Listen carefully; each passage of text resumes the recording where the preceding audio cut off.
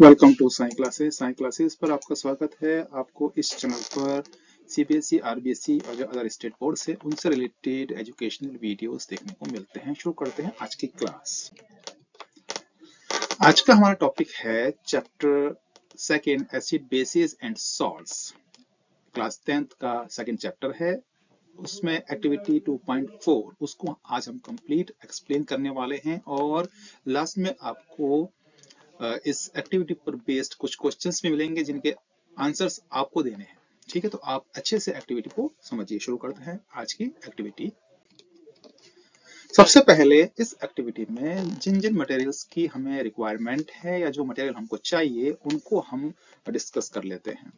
हमें चाहिए test tube, water tub, sodium hydroxide solution, zinc granules and burning candle. ठीक है, तो ये जो एक्टिविटी 2.4 है एग्जैक्ट बिल्कुल एक्टिविटी 2.3 की तरह है। एक्टिविटी 2.3 जो है वो चैनल पर अपलोडेड है, आप जाकर के उसको जरूर देखिए। ठीक है, डिफरेंस केवल इसमें इतना है कि वहां पर हमने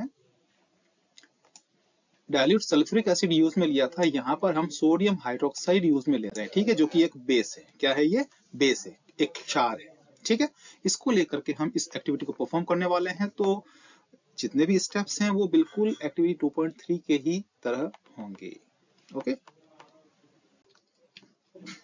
सो फर्स्ट जो है, we take a test tube and put some zinc granules in it and fix it on a stand and pour some sodium hydroxide solution into the test tube। हमें क्या करना है कि एक टेस्ट ट्यूब हमको लेना है। ठीक है, हमने एक टेस्ट ट्यूब ले ली, उसमें आपको जिंक ग्रेन्यूल्स जो है वो आपको लेने हैं, जैसा कि हमने पिछली एक्टिविटी में लिए थे। और इसमें आपको सोडियम हाइड्रोक्साइड का सॉल्यूशन, जो कि एक बेस होता है, वो सोडियम हाइड्रोक्साइड का सॉल्यूशन आपको इसमें लेना है। ठीक है, now fix one end of a delivery tube in the test tube and leave the other end in tub filled with soap solution। ठीक है, आपको क्या करना है कि इसमें एक डिलीवरी ट्यूब, ठीक है, जो कि एक ग्लास की बनी हुई है, कांच की बनी हुई ट्यूब है, इसका एक एंड आपको इस टेस्ट ट्यूब में फिक्स कर देना है और दूसरा एंड जो है वो इस टब के अंदर आपको छोड़ देना है, जिसके अंदर सोप सॉल्यूशन, साबुन का जो पानी होता है, वो इसमें भरा हुआ है। ठीक है, तो ये बिल्कुल सेटअप जो है वो एक्टिविटी 2.3 के जैसा ही है। ठीक है, नाउ अब हम इसमें क्या ऑब्जर्व करते हैं? We see bubbles on the surface of zinc granules due to evolving gas. हमें जो है जिंक जो ग्रेन्यूल्स हैं उनके ऊपर हमको यहाँ पर कुछ बबल्स हमको नजर आते हैं। ठीक है, बुलबुले हमको नजर आते हैं। When the gas passes through soap solution, we can see bubbles evolving। अब वो जो गैस है वो इस डिलीवरी ट्यूब के थ्रू पास होती है और इस सोप सॉल्यूशन से बाहर निकलती है, तो यहाँ पर आपको कुछ बबल्स आपको नजर आते हैं, ये बुलबुले आपको निकलते हुए नजर आते हैं। ठीक है, तो ये चीज आप जो है बिल्कुल इजीली, आसानी से आप देख सकते हैं। ओके,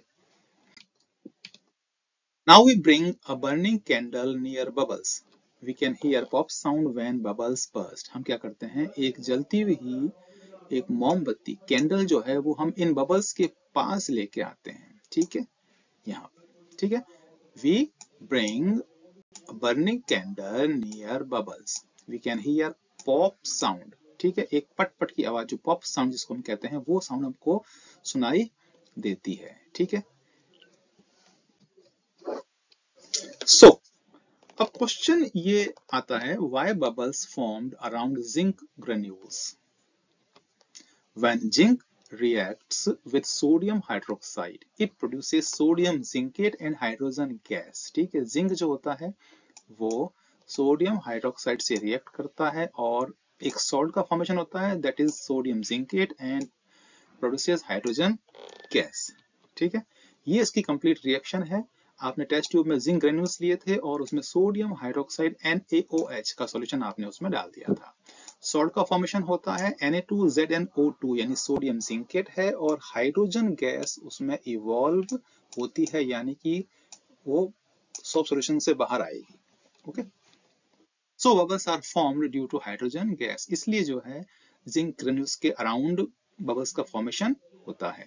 ठीक है, Why the bubbles get burst when burning candle is brought near them? यानी बुलबुलों के पास में जब हम जलती हुई मोमबत्ती यानी बर्निंग कैंडल जब हम लेकर आते हैं तो वो बर्स्ट क्यों होते हैं, बबल्स बर्स्ट क्यों होते हैं? ठीक है, bubbles get burst with pop sound, pop sound के साथ बर्स्ट होते हैं, ठीक है, because they are filled with hydrogen gas, क्योंकि उन बबल्स में हाइड्रोजन गैस होती है, ठीक है, and hydrogen is highly inflammable gas. Hydrogen कैसी गैस है? एक हाईली इनफ्लेमेबल गैस है। ओके, तो अब इससे जो कंक्लूजन निकल के आता है वो ये है कि metals react with a base give salt and hydrogen gas. ठीक है, मेटल जो होते हैं, यहाँ पर हमने जिंक लिया है, वो रिएक्ट करता है बेस से। यहाँ पर बेस क्या है? सोडियम हाइड्रोक्साइड है। ठीक है, एक्टिविटी 2.3 में हमने सोडियम हाइड्रोक्साइड की जगह डाइल्यूट सल्फ्यूरिक एसिड यूज में लिया था। ठीक है, तो यहाँ पर भी एक सॉल्ट का फॉर्मेशन होता है और हाइड्रोजन गैस इवॉल्व होती है। ठीक है, तो ये एक रिएक्शन है, metal reacts with base produces salt and hydrogen gas. ठीक है, हालांकि सभी मेटल के साथ में ये रिएक्शन पॉसिबल नहीं है, ठीक है, फिर भी इन जनरल ये रिएक्शन होती है। तो यहाँ पर जो रिएक्शन होती है डिस्प्लेसमेंट रिएक्शन होती है। Displacement reaction takes place, displacement reaction जो होती है उसके बारे में हम पहले भी एक्टिविटीज में डिस्कस कर चुके हैं, उसकी डेफिनेशन वहां पे आपको मिल जाएगी। चैप्टर फर्स्ट जो है उसकी कंप्लीट एक्टिविटीज की एक प्लेलिस्ट है, जाकर के आप चेकआउट जरूर करिए। अब इस एक्टिविटी 2.4 पर कुछ क्वेश्चंस पूछे जा सकते हैं। Name the gas evolved when metal reacts with a base. Give the chemical equation for the reaction. Name the reaction takes place in the activity 2.4. Name the salt formed when sodium hydroxide reacts with zinc. So इस channel पर आपको complete educational content आपको देखने को मिलेगा और अभी इस पर केमिस्ट्री से रिलेटेड वीडियोस भी अपलोड किए जा रहे हैं। अगर आपको टॉपिक पसंद आता है तो चैनल को सब्सक्राइब कीजिए। Science classes bye Naveen Saxena and Himika Saxena. मिलते हैं नेक्स्ट वीडियो में।